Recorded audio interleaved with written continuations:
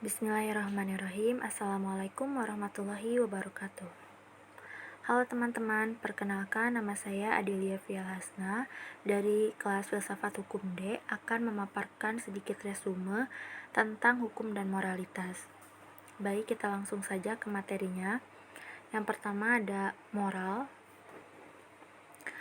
Menurut WJS Purwadarminta, moral itu berasal dari bahasa Latin, yakni mos, jamaknya itu adalah mores, yang berarti juga kebiasaan, adat, dan selain berasal dari bahasa Latin, juga berasal dari bahasa Belanda, yakni moral, yang artinya kesusilaan, budi pekerti, ajaran tentang baik, buruk, perbuatan, dan kelakuan. Nah, selain itu dalam Islam, moral juga dikenal dengan istilah akhlak, yang berasal dari kata khulukun, yang artinya itu budi pekerti, perangai, tingkah laku, dan tabiat.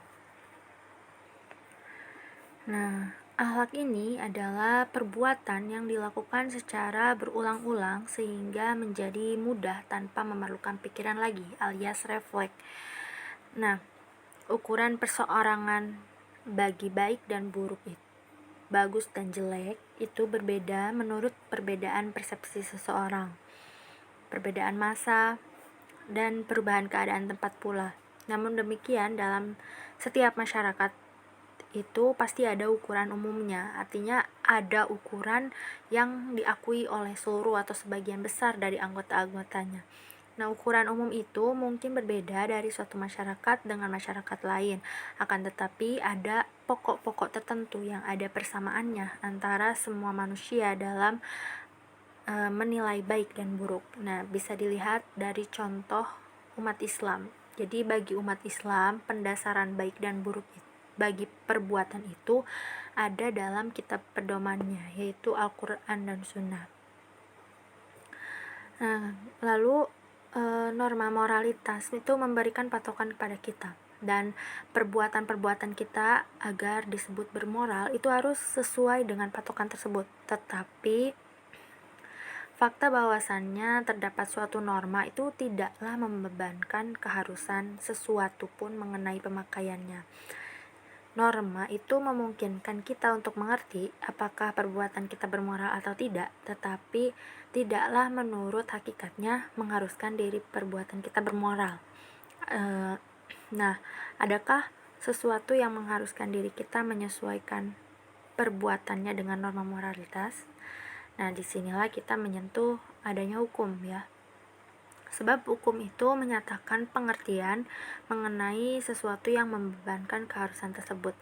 Hukum itu menjelaskan keharusan atau outness. Tanpa hukum, kita hanya punya suatu hubungan antara jalan ke tujuan, yang olehkan itu disebut sebagai imperatif hipotesis. Nah, apa yang harus ada bagi kehidupan manusia itu diperintahkan oleh hukum kodrat, yang semakin kesini berkembanglah menjadi hukum sipil dan hukum positif. Nah, hukum kodrat itu adalah hukum yang hidup dalam masyarakat yang mengandung nilai-nilai norma moralitas. Jadi pada hakikatnya hukum kodrat ini menuntut manusia agar menyesuaikan perbuatannya pada norma moralitas yang mencakup hubungan manusia terhadap manusia.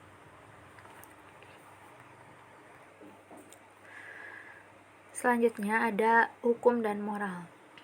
Jadi jika dalam kesusilaan yang dimuat adalah anjuran yang berupa pujian dan celaan, maka dalam kaidah hukum yang dimuat adalah perintah dan larangan yang diperkuat dengan ancaman, paksaan, atau sanksi bagi orang yang mengabaikan. Jadi meskipun coraknya berbeda, namun bentuk-bentuk yang dipuji dan dicela dalam kesusilaan, sehingga pada hakikatnya patokan hukum itu berurat pada kesusilaan. Nah, dalam kajian hukum barat, antara hukum dan moral memang mempunyai kaitan erat, tetapi hukum tidak sama dengan moralitas. Hukum itu mengikat semua orang sebagai warga negara, tetapi moralitas hanya mengikat orang sebagai individu.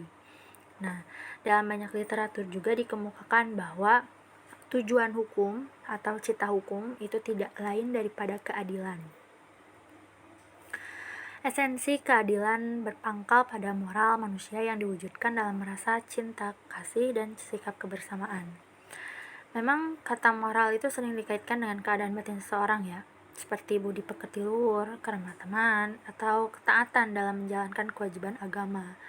Dan semua sikap yang mempunyai kemaslahatan semua orang dan diri sendiri. Tidak berzina, tidak suka memfitnah, tidak berkata-kata dusta, suka memberi, murah hati, suka menolong. Itu adalah tindakan-tindakan moral. Akan tetapi, sikap semacam itu adalah idealnya.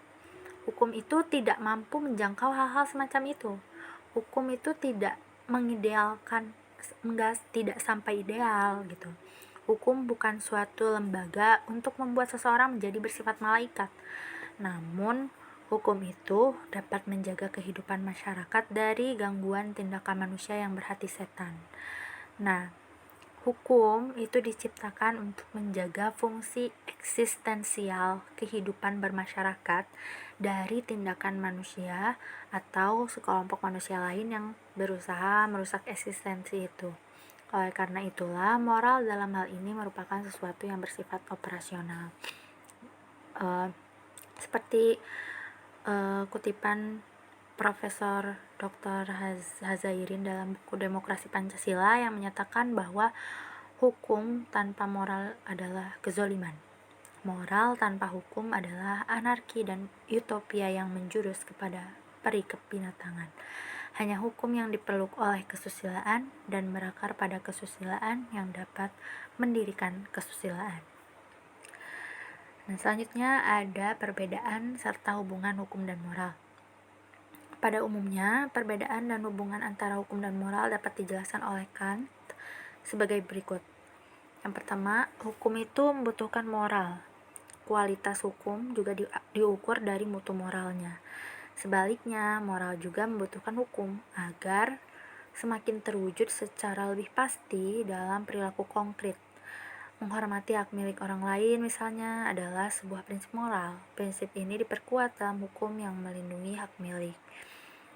Nah, yang selanjutnya ada hukum itu lebih dikodifikasikan dan dengan demikian lebih pasti dan objektif daripada moralitas yang tidak tertulis. Nah, yang ketiga itu ada hukum mengatur perbuatan lahiriah atau legalitas, sementara moral lebih menyangkut sikap batin manusia. Yang keempat itu ada sanksi. Sanksi yang berkaitan dengan hukum itu berbeda dengan sanksi yang berkaitan dengan moralitas. Hukum sebagian besar dapat dipaksakan. Pelanggar akan terkena hukuman tentunya. Tapi norma etis itu tidak bisa dipaksakan, sebab paksaan hanya menyentuh bagian luar, sedangkan perbuatan etis justru berasal dari dalam. Satu-satunya sanksi di bidang moralitas itu hanya hati yang tidak tenang. Nah, yang terakhir itu adalah tujuan hukum. Tujuan hukum mengatur kehidupan Tujuan hukum itu mengatur kehidupan manusia dalam kehidupan bernegara, sedangkan tujuan moral itu untuk mengatur kehidupan manusia sebagai manusia. Baik, mungkin itu yang bisa saya sampaikan. Kurang lebihnya saya mohon maaf. Sekian dan terima kasih. Assalamualaikum warahmatullahi wabarakatuh.